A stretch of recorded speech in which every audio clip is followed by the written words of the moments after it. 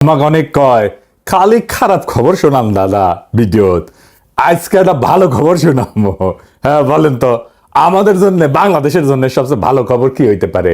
সবচেয়ে ভালো খবর যদি ইন্ডিয়ার মাতব্বরি করার হ্যাডম কমে। তাইলে প্রশ্ন, ইন্ডিয়ার দাদাগিরি করার হ্যাডম কি কমিছে?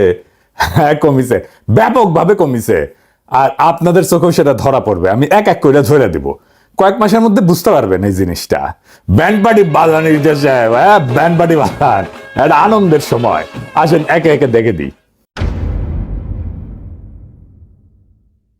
আমেরিকার পররাষ্ট্রমন্ত্রী মার্কো রুবিও দিল্লিতে নায়ার গেছিল কয়েকদিন আগে বউরে নিয়ে, জানেন তো কেন গেছিলেন জানেন? কোয়াডের পররাষ্ট্রমন্ত্রী পর্যায়ের একটা বৈঠক চলতেছে। বাইরে থেকে দেখলে মনে হয় ভারত আমেরিকার সম্পর্ক ফুরফুরা একেবারে চরম রোমান্টিক, কিন্তু ভিতরের গল্প সম্পূর্ণ উল্টা। পুরো ব্যাপারটা খুলে বললে আপনারাও টাস্কি খেয়ে যাবেন। আজকে আমরা বুঝবো কোয়াড কেন মরিছে, ইন্ডিয়া কিভাবে বিশ্বমঞ্চে পিছু হটিছে, এবং এই পিছু হটা আরো কত দূর যাবি সেটা আমরা বুঝে দেখব। তার আগে বুঝে নিই কোয়াড আসলে কি, হাতি না ঘোড়া, মাদা না মুন্ডু। আসেন বুঝে দেখি।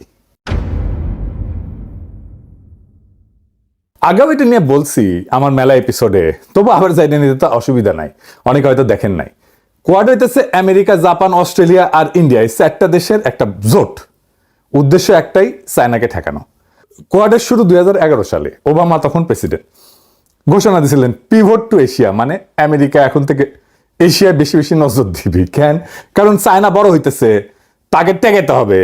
2018 সালে ট্রাম্প আসলে আমেরিকা তাদের সেনাবাহিনীর প্যাসিফিক কমান্ডের নাম বদলে রাখলো ইন্দো প্যাসিফিক কমান্ড। নামের মধ্যে ইন্দো, বুঝেছেন তো, মানে ভারত হবে চায়নার বিরুদ্ধে আমেরিকার প্রধান হাতিয়ার। বুঝিসাও? বাইডেনের আমলে ওবামা ট্রাম্পের শুরু করা এই খেলা কোয়ার্টার ফাইনাল থেকে উঠলো সেমিফাইনালে। সে 1992 সাল থেকে একটা নৌমহড়া হইতো আমেরিকার ইন্ডিয়ার, নাম ছিল মালাবার নৌমহড়া। শুধু দুই দেশ। 2020 সালে সেটা চারটা দেশ, যে কোয়াডের চারটা দেশ, এটার যৌথ সামরিক মহড়ায় পরিণত হলো। মানে বুঝতে পারছেন তো, এটা একটা সামরিক জোট। 2021 সালে হোয়াইট হাউসে কোয়াড নেতারা প্রথম সরাসরি বৈঠকে বসলেন। ভারতকে দেওয়া হইলো আমেরিকার গোয়েন্দা তথ্য, যুদ্ধ কৌশল, সমস্ত অ্যাক্সেস।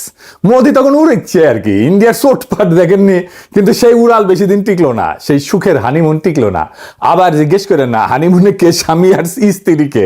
যাই হোক, আকাশে উড়াল তো দিলে একদিন পড়তেও হয়, যাই দিন ভালো আসে দিন খারাপ, তাই না? এবার করুন সুর হবে এডিটর সাহেব, সানায়ের সুর বাজান কিভাবে এই সুখের বাসর ভাঙতে শুরু করলো সেটা দেখে আসি। প্রথম ধাক্কাটা আসলো অগাস্ট 2025-এ। ট্রাম্প সবার উপরে ট্যারিফ বসাইলো না, তো ইন্ডিয়ার উপরে 50% ট্যারিফ বসাইলো, শুল্ক। শুরুতে 25% ছিল, তারপর রাশিয়ার তেল কেনার অপরাধে আরো 25% যোগ করলো। বোঝার উপরে শাকের আটি, বুঝিসাও? হ্যাঁ, মোটে রাধে না তপ্ত আর পান্তা। মোট 50%, দুনিয়ায় যে কোনো বড় বাণিজ্য সঙ্গীর উপরে সর্বোচ্চ, এমনকি চায়নার চেয়েও বেশি। 5 দফা বাণিজ্য আলোচনা হইলো 4 মাস ধরে। দিল্লি আর ওয়াশিংটনের কর্মকর্তারা দৌড়াদৌড়ি করলো, ছুটাছুটি করলো, কিন্তু দুইটা পয়েন্টে আটকে গেল, কৃষি বাজার আর রাশিয়ান তেল। ইন্ডিয়া কিছুতেই ছাড় দিতে রাজি হইল না। ট্রাম্প ধৈর্য হারাইলো, আলোচনা ভেঙে গেল। জুনে G7 এর পরে ট্রাম্প যে মোদিকে ওয়াশিংটনে ডিনারে ডাকিছিল, মোদি তো অভিমান করছে। বউ যেমন অভিমান করে বাপের বাড়ি যায়, মোদি অভিমান করে চলে গেল ওড়িশায় তীর্থযাত্রায়, ট্রাম্পের আমন্ত্রণে গেল না। অগাস্টে ট্রাম্প 4 বার ফোন করলো, মোদি একবারও ধরলো না ফোন। এইটারে বলে সাইলেন্ট ট্রিটমেন্ট, বুঝিসাও? বউরা বা গার্লফ্রেন্ডরা রেগে গেলে বলে স্বামী বা বয়ফ্রেন্ডের ফোন ধরে না। হ্যাঁ, আমার ক্ষুদ্র ব্রাতদের শিখে দিলাম, বউ বা গার্লফ্রেন্ড রেগে গেলে ফোন টোন দেওয়া যাবে না, দিয়ে কোনো লাভ নাই, দিলে ক্ষতি আপনার। হ্যাঁ, বিন্দাস হয়ে ঘুরে হারাবেন, ওই নিজেই ফোন দিবে আবার কিছুক্ষণ পরে। যাই হোক, 5 দফা আলোচনা ভেঙে গেল। ফল কি হইলো? কোয়াড সম্মেলন বাতিল। 2025 সালে ইন্ডিয়া যে সম্মেলন হওয়ার কথা ছিল, হইল না। ট্রাম্প তার ভারত সফরও বাতিল করলো, বুঝছাও? এরপরে দ্বিতীয় ধাক্কা, ভারত নতি স্বীকার করলো, আলহামদুলিল্লাহ। শুল্ক নামলো 50 থেকে 18%-এ। কিন্তু এই কনসেশনের বিনিময়ে ভারতকে অনেক কিছু ছেড়ে দিতে হইলো। মনে আছে ইউক্রেন যুদ্ধের পর পশ্চিমা দুনিয়া যখন রাশিয়ান তেলে নিষেধাজ্ঞা দিল, ভারত তখন হয়েছিল রাশিয়ার সস্তা তেলের সবচেয়ে বড় ক্রেতা। সাগর পথে আসা ডিসকাউন্টেড ক্রুড অয়েল ভারত গপ গপ করে কিনলো। ইন্ডিয়া তখন বুক ফুলায় কইছিল এটা আমাদের সার্বভৌম অধিকার। 140 কোটি মানুষের জ্বালানি নিরাপত্তা সবার আগে, আমরা কারো নির্দেশে তেল কেনা বেচা করি না, আমরা কিনবো রাশিয়ান তেল। রাশিয়া পিঠ চাপড়ে দিল, সাব্বাস বাঘের বাচ্চা। ক্রেমলিন বলল প্রত্যেকটা দেশের অধিকার আছে নিজের স্বার্থে বাণিজ্য সঙ্গী বেছে নেওয়ার। আর সেই ইন্ডিয়াকে এখন প্রথম আর সবচেয়ে বড় ছাড়টা দিতে হলো রাশিয়ান তেল আর কিনবি না, নাকে খত দিতে হয়েছে। ট্রাম্পের নিজের ভাষায় মোদি রাজি হয়েছেন রাশিয়ান তেল কেনা বন্ধ করতে, আর আমেরিকা থেকে সম্ভব হইলে ভেনেজুয়েলা থেকে অনেক বেশি কিনতে। হোয়াইট হাউসের প্রেস সেক্রেটারি একই কথা আবার কইলেন। ট্রাম্পের এক্সিকিউটিভ অর্ডারে স্পষ্ট লেখা হইল দিল্লি রাশিয়ার তেল কেনা বন্ধ করতে রাজি হয়েছে। তাহলে এটা কি হইলো? এটা ভূ রাজনৈতিক আত্মসমর্পণ হইল না? কারণ ভাবেন তো, যে ভারত একদিন কয় যে তেল কেনা আমাদের সার্বভৌম অধিকার, কারো চাপে আমরা মাথা নোয়াই না, সেই ইন্ডিয়া এখন মাথা নোয়াইতেছে, রাশিয়া থেকে সরে আমেরিকার দিকে যাইতেছে। আর এই একটা সার ভারতের পুরো স্ট্র্যাটেজিক অটোনমি তত্ত্বটাই ফাঁপা করে দিছে। কারণ স্বাধীনতা মানে কি? স্বাধীনতা মানে আপনি কার কাছ থেকে তেল কিনবেন সেটা ওয়াশিংটন ঠিক করে দিবে না। দ্বিতীয় সার কি? নিজের বাজার খুলে দেওয়া। চুক্তি অনুযায়ী ইন্ডিয়া আমেরিকান পণ্যের উপর শুল্ক আর অশুল্ক বাধা নামায় আনবে, ট্রাম্পের ভাষায় শূন্যে নামায় আনবে। আর সেই বাজার খোলার সবচেয়ে স্পর্শকাতর জায়গাটা কোথায় জানেন? কৃষি। মনে রাখেন, ভারতের 40% বেশি মানুষ কৃষির উপরে নির্ভরশীল। এটা শুধু অর্থনীতি না, এটা ভোট ব্যাংক, এটা সামাজিক বিস্ফোরণ। কৃষি নিয়ে কি দুর্দান্ত ঘটনা ঘটে গেছিল না? মাইনসে তো তলোয়ার নিয়ে শিখ কৃষকেরা পাঞ্জাব থেকে চলে এসেছিল না, মনে আছে না? এই কৃষিখাতে ছিল আলোচনার সবচেয়ে বড় বাধা। আর এইখানে ইন্ডিয়া রাজনৈতিকভাবে সবচেয়ে স্পর্শকাতর ছাড়টা দিয়ে দিছে। আমেরিকা এখন আশা করতেছে তাদের কৃষি পণ্য যেমন কাঠবাদাম, তুলা, সয়াবিন তেল এগুলা কিনবে ইন্ডিয়া বেশি করে। ইন্ডিয়া এখন এটা করার চেষ্টা করছে যে গম আর চালের মতো প্রধান খাদ্যশস্য এই চুক্তির বাইরে রাখা হয়েছে। তাতে কৃষকদের শান্ত করা যায়নি, নতুন করে কৃষক বিক্ষোভ শুরু হয়েছে কলে। 3 নাম্বার সার কি? কেনার প্রতিশ্রুতি দিছে।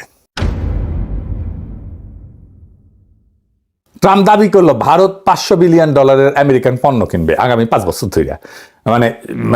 মানে এনার্জি, কয়লা, প্রযুক্তি, কৃষি পণ্য সব মিলায় ট্রাম্পের কথায় বাই আমেরিকান করবে ইন্ডিয়া অনেক বেশি মাত্রায়। আর এর সাথে যুক্ত হলে আরেকটা শর্ত, সরকারি আর বড় শিল্পে ইন্ডিয়া আরো বেশি বাই আমেরিকান করবে। মানে 5 বছরে $500 বিলিয়ন, মানে বছরে গড়ে $100 বিলিয়ন। আর ইন্ডিয়ার পুরা বার্ষিক বাজেট কত জানেন? প্রায় $600 বিলিয়ন। অর্থাৎ আমেরিকা থেকে বছরে কেনার এই প্রতিশ্রুতি গোটা বছরের জাতীয় বাজেটের 6/1 এটা কি বাস্তবে সম্ভব? হ্যাঁ, সম্ভবই না। মানে কার দিক দিয়ে কে মারতেছে ধুলায় অন্ধকার। এরপরে সবচেয়ে বড় ধাক্কাটা আসলো, সেটা কি? মে 2026 ট্রাম্প গেলেন বেজিং এ শি জিনপিং এর সাথে 3 দিনের সফর। ফিরে আসলেন একটা নতুন ফর্মুলা নিয়ে। চাইনিজের নাম দিল কনস্ট্রাকটিভ স্ট্র্যাটেজিক স্টেবিলিটি, বাংলায় বললে গঠনমূলক কৌশলগত স্থিতিশীলতা। বাপরে মাইচ্ছে রে, কি কঠিন নাম। মানে কি? মানে হইতেছে আমেরিকার চায়না সিদ্ধান্ত নিল সরাসরি তারা যুদ্ধ করবে না, প্রতিযোগিতা চালাবে একটা সীমার মধ্যে। দুনিয়ার বড় সমস্যা দুইজন মিলে সামলাবে। এই ফর্মুলা আগামী 3 বছরের জন্য দুই দেশের সম্পর্কের কাঠামো ঠিক করে দেবে। কিন্তু এর ভিতরে একটা ভয়ঙ্কর সংবাদ আছে ইন্ডিয়ার জন্য। সেটা কি? হ্যাঁ, কারণ ইন্ডিয়া এতদিন ছিল চায়না ঠেকানোর প্রধান দালাল, তাই না?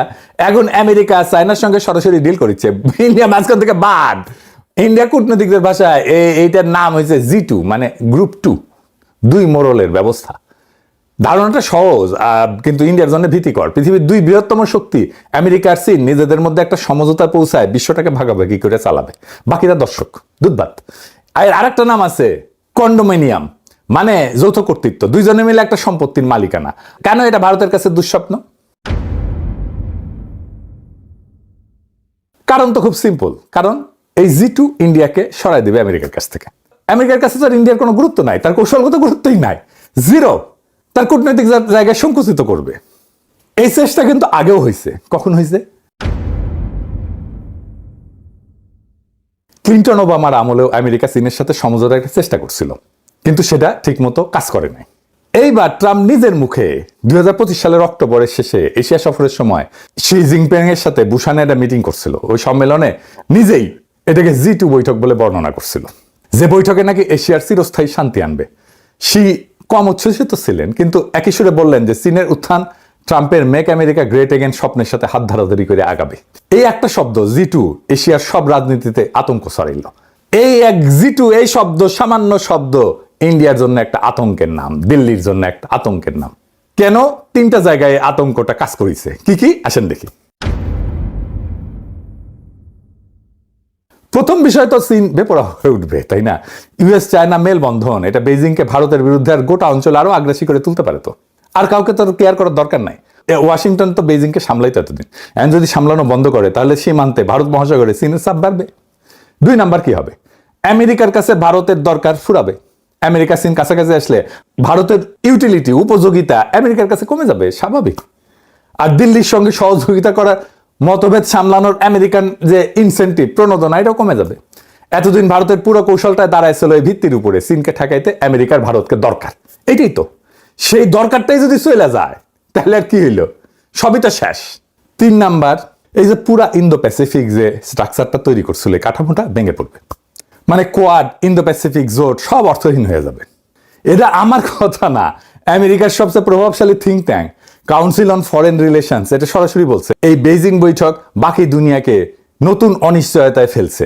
ভয়টা হইল আমেরিকা আর চায়না অন্যদের মাথার উপর দিয়ে একটা দ্বিপাক্ষিক বার্গেন করে ফেলবে, দুই পার্টি মিলে।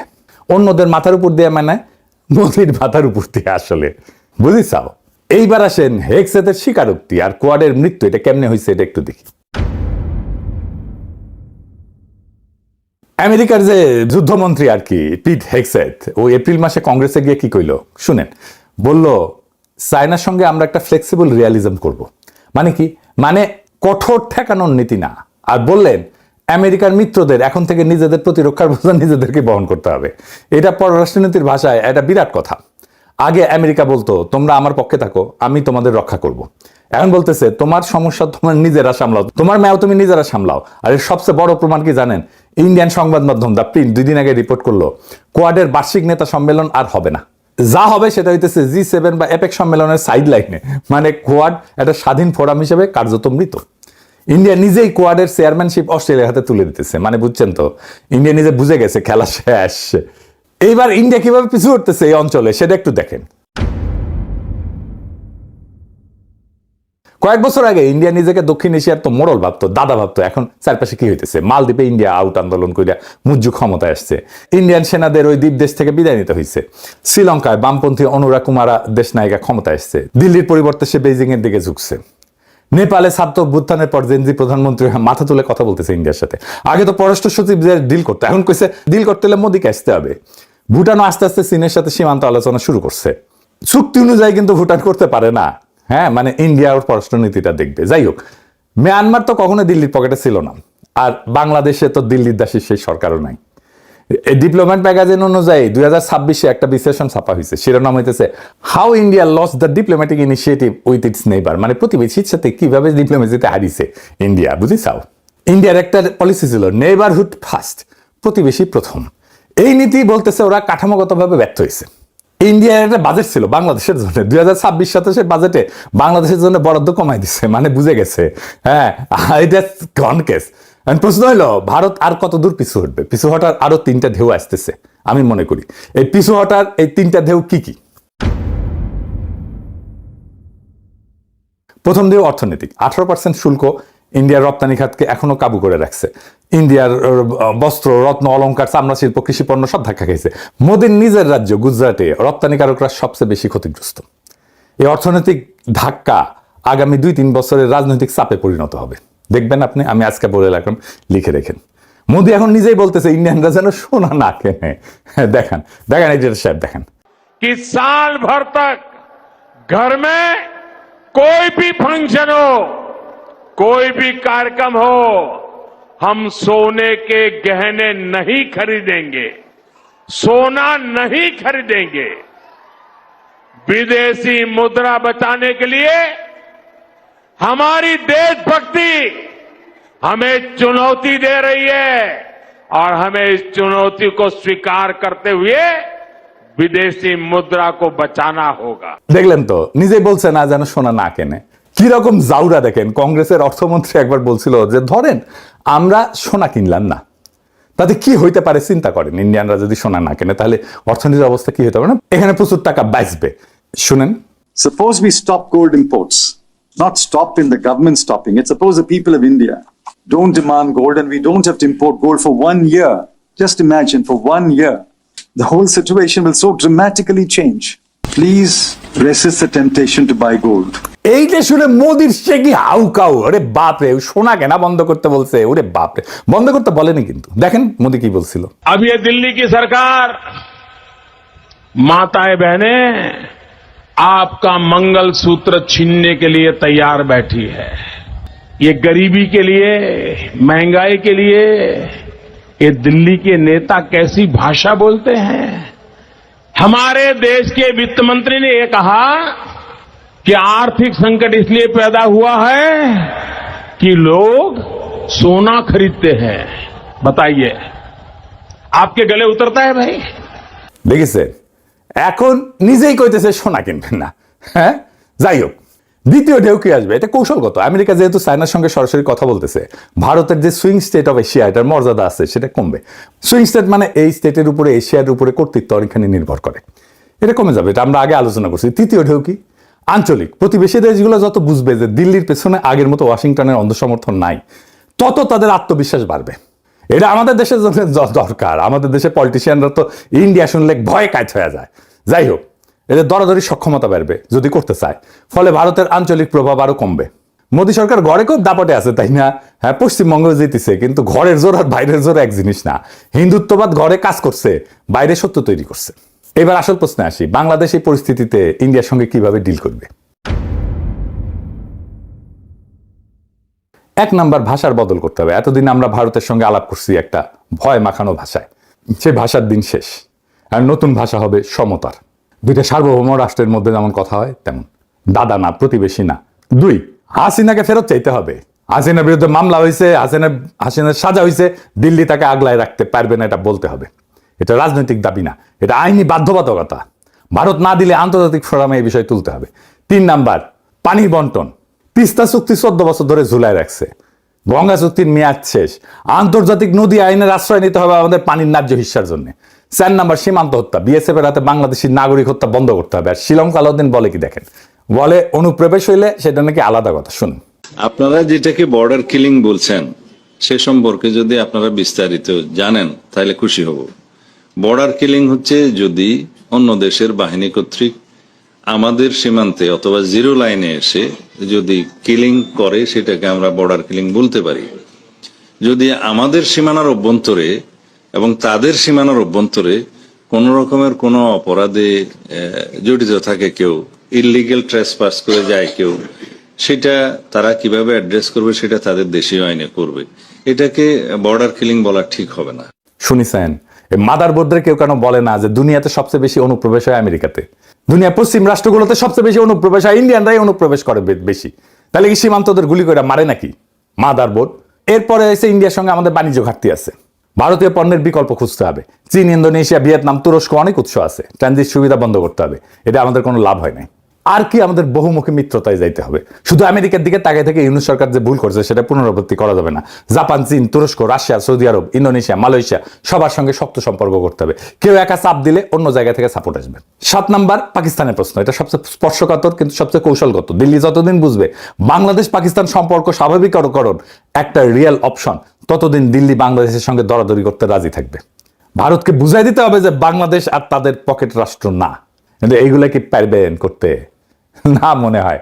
কারণ বিএনপি, জামাত, এনসিপি সবাই ইন্ডিয়ারে বাঘের মতো ডরায় তাদের সামরিক শক্তিকে। ওরা কল্পনা করতে পারে না যে ইন্ডিয়ার সামরিক শক্তিতেও হারানো সম্ভব। দুনিয়ার কোন শক্তি যদি মনে করে যে আক্রমণ করা একটা রিয়েল অপশন, তাহলে সে আক্রমণ বন্ধ করে রাখে না।